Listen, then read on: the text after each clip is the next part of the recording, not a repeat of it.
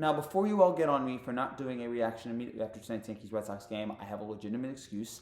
I went with a friend to a Somerset Patriots game, and we had a great time, despite the fact that the Patriots lost 9-2, and it was 8-0 in the second inning, and I could have sworn I thought it was Clay Holmes had gone down to Somerset to pitch because the guy pitching was, I think, in his first minor league start and was dreadful, and it was the third through ninth inning. It was some of the most boring baseball I ever watched, and that is saying something considering I've watched the Yankees last week. So, but we had a great time, and I was honestly prepared. I was sitting there tonight watching the Somerset Patriots and going, well, this is just like watching the Yankees last week, and, I'm sure this won't be the worst baseball I watch tonight. I'm sure the Yankees will find a way to disappoint me, but they didn't.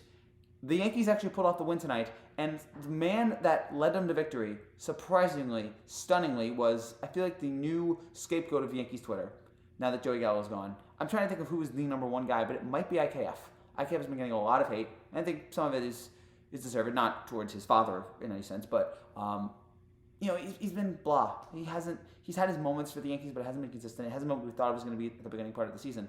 But tonight, in a huge game, and I know he said this about a lot of games, but it is. But Yankees-Red Sox, Yankees have been sliding. They need a bounce back win, and they got it in the worst way possible. I guess not worst way.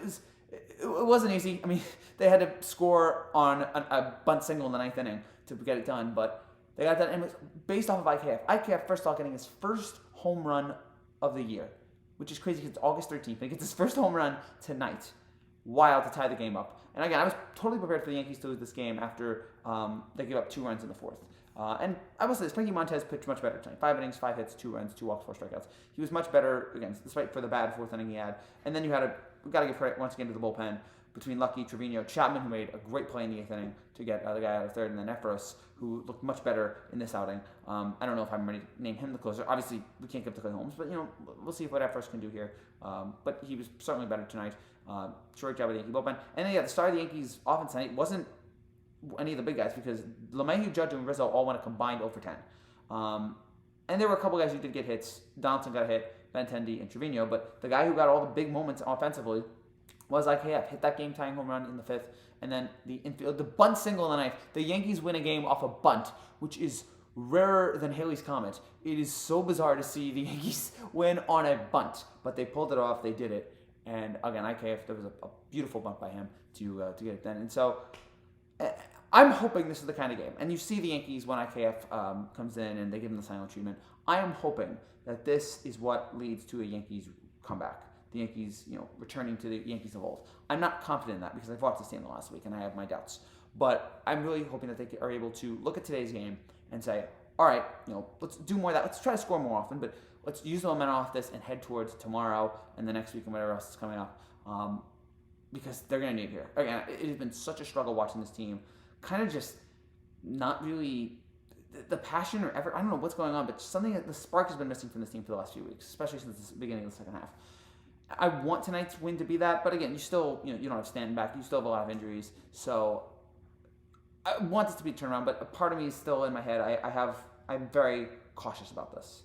I'm not confident that this is going to be what changes everything around for the Yankees. But overall, this was obviously a great win, and we needed this. We needed to bounce back like this.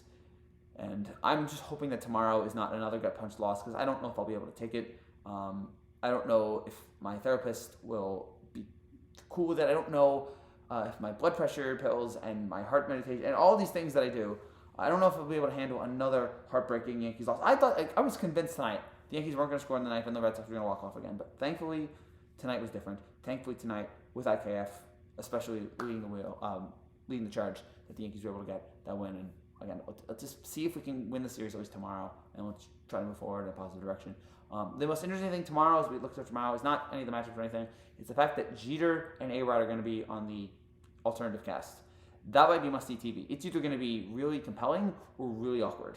And I love both of those things, so it'll be must-watch. So I'm sure we'll talk about that tomorrow. But it'll be a big game, Yankees-Red Sox, the third game of the series.